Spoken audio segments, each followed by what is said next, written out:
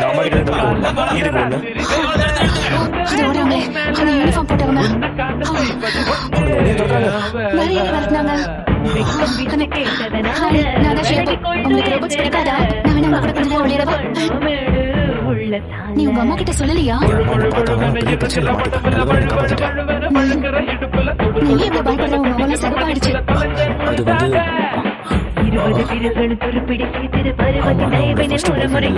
இதுக்கு முன்னாடி உனக்கு கேர்ள் ஃப்ரெண்ட்ஸ்? சீக்கிரமா சீக்கிரமா நேரத்தை வேஸ்ட் பண்ணாத. உன்னோட காதலை நான் பூர்த்தி செய்ய போறேன்.